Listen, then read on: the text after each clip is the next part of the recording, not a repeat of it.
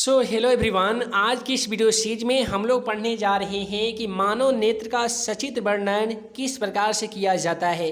Matric के board exam में अगर ये सवाल पूछा जाएगा कि मानव नेत्र का वर्णन कीजिए, तो वहाँ पे अगर आप चित्र ना भी बनाते हैं, उसका वर्णन आसानी तरीके से कर देते हैं, तो आपको पूरे नंबर दे दिए जाते हैं। लेकिन इसी सवाल को बोल दिया जाता कि मानव नेत्र का सचित्र वर्णन करें, अगर सचित्र दिया जाएगा यानी चित्र के साथ वर्णन करने के लिए बोल दिया जाएगा, तो वहाँ पे आपको चित्र भी बनाने पड़ते हैं। तो इस प्रकार से आप मानव नेत्र का चित्र बना सकते हैं। उसके बाद में आपको वर्णन किस प्रकार से करना है, आइए हम आप सभी को बता देते हैं।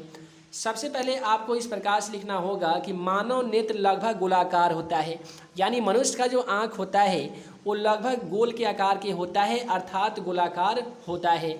इसके बाहरी भाग को दृष्टिपटल कहते हैं और आगे वाली भाग को कर्निया कहते हैं। एक चीज़ हमेशा याद रखिएगा, ऑब्जेक्टिव सवाल में भी पूछे जा सकते हैं कि मनुष्य के नेत्र के बाहरी भाग को क्या कहते हैं, तो दृष्टिपटल कहते हैं, और आगे वाली भाग को क्या कहते हैं, तो दोस्तों उसे हम लोग कर्निया कहते हैं, जो आगे चलकर दो भागों में बढ़ जाता है।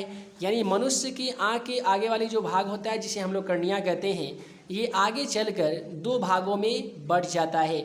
एक होता है आइरिस पीसिया और दूसरा होता है सिलियरिस पेशिया। याद रखिएगा, मनुष्य के आँख का जो कर्निया होता है वो दो भागों में जाकर बढ़ जाता है। एक भाग को हम लोग आइरिस पेशिया कहते हैं और दूसरे वाले भाग को हम लोग सिलियरिस पेशिया के नाम से जानते हैं। अब इसमें आइरिस जो होता है वो रंगीन होता है, जिसके बीच में एक गोलाकार छिद्र होता है जिसे हम लोग पुतली कहते हैं।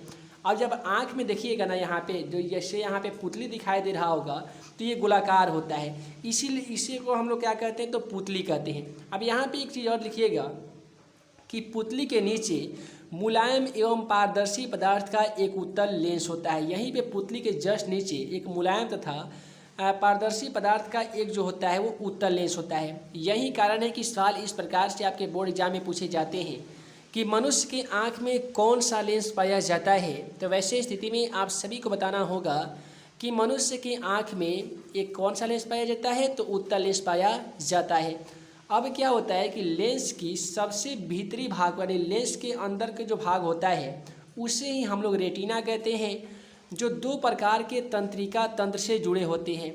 उत्तल लेंस के सबसे भीतरी भाग को जो हम लोग रेटिना कहते हैं, ये जो होते हैं ना, दो प्रकार के तंत्रिका तंतु से जुड़े होते हैं। अब आइए जान लेते हैं वो दो तंत्रिका तंतु होते कौन कौन से हैं। तो एक होते हैं छड़, जो प्रकाश के लिए उत्तरदायी होते हैं। सवाल यहाँ से भी आ सकते हैं कि मनुष्य के नेत्र में पाए जाने वाले छड़ किसके लिए उत्तरदायी होते हैं, तो आप बता सकते हैं कि प्रकाश के लिए उत्तरदायी होते हैं। और दूसरा जो तंत्रिका तंत्र होते हैं वो होते हैं शंकु, जो प्रकाश के रंग के लिए उत्तरदायी होते हैं। अब क्या होता है कि जब नेत्र लेंस की वस्तु का प्रतिबिंब रेटिना पर बनाती है, यानी जब मनुष्य का आँख किसी भी वस्तु का जो प्रतिबिंब है वो रेटिना पर बनाती है, तो उसकी सूचना शंकु के द्वारा मस्तिष्क को प्राप्त होता है। अब यहाँ से एक और सवाल पूछा जाता है कि मनुष्य का नेत्र किसी वस्तुओं का प्रतिबिंब मनुष्य के नेत्र के किस भाग पर बनता है, या किसी वस्तुओं का प्रतिबिंब मनुष्य की आँख के किस भाग पर बनता है, तो याद रखिएगा रेटिना पर किसी वस्तु का प्रतिबिंब बनता है। अब इसका क्या होता है कि जैसे ही कोई वस्तु का प्रतिबिंब रेटिना पर बनता है, तो इसका जो सूचना होता है, नोटिफिकेशन होता है, इस शंकु तंतु के माध्यम से मस्तिष्क को प्राप्त हो जाता है, जिसे हमें ये पता चलता है कि कौन सी वस्तु किस प्रकार की दिखाई पड़ रही है। अब क्या होता है कि हम लोग थोड़ा सा जानेंगे कि नेत्र की समंजन क्षमता से हम लोग क्या समझते हैं। तो याद रखिए कि नेत्र की वह क्षमता जिसके कारण नेत्र लेंस की फोकस दूरी स्वतः नियंत्रित हो जाती है। ध्यान से सुनिएगा, नेत्र की वह क्षमता जिसके कारण नेत्र अर्थात आँख लेंस की जो होती है फोकस दूरी वो स्वतः यानी तुरंत नियंत्रित हो जाती है, तुरंत कंट्रोल में आ जाती है, उसे ही नेत्र की समंजन क्षमता हम लोग कहते हैं। अब एक चीज़ और याद रखिएगा कि एक स्वस्थ मनुष्य की स्पष्ट दर्शन दूरी 25 सेमी तथा दूरदर्शन बिंदु अनंत पर होता है। अब यहीं से मैट्रिक में सवाल पूछ लिए जाते हैं कि एक स्वस्थ मनुष्य के स्पष्ट दर्शन दूरी कितनी होती है। आसान भाषा में कहें तो मनुष्य किसी भी वस्तुओं को साफ साफ देखने के लिए मनुष्य के नेत्र और वस्तुओं के बीच की जो दूरी होती है वो कितनी दूरी होना चाहिए, तो कम से कम होना चाहिए 25 सेंटीमीटर। आप कोई भी वस्तु को 25 सेंटीमीटर से कम पे रखेंगे तो जाहिर सी बात है वह वस्तु आपको साफ साफ दिखाई नहीं पड़ेगा।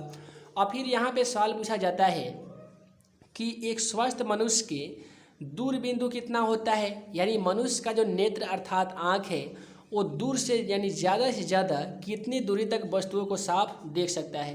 तो वैसे स्थिति में क्वेश्चन का सही जवाब यहाँ पे हो जाएगा अनंत बिंदु तक, यानी स्पर्श दर्शन दूरी 25 सेंटीमीटर होता है और दूरदर्शन बिंदु जो होता है वो अनंत पर होता है। ये सवाल मैट्रिक के एग्जाम पेपर में कई बार ऑब्जेक्टिव में भी पूछा जा चुका है।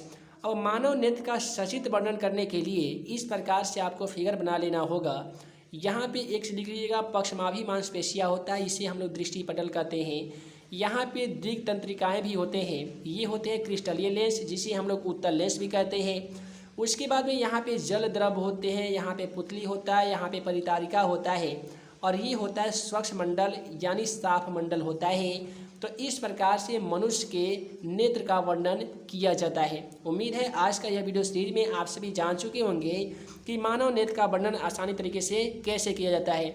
आगे आने वाली वीडियो सीरीज में हम आप सभी को ये बताने वाले हैं कि मानव नेत्र में कौन कौन से दोष उत्पन्न होते हैं और कौन सा दोष किसके कारण होता है, उसका उपचार किस प्रकार से किया जाता है।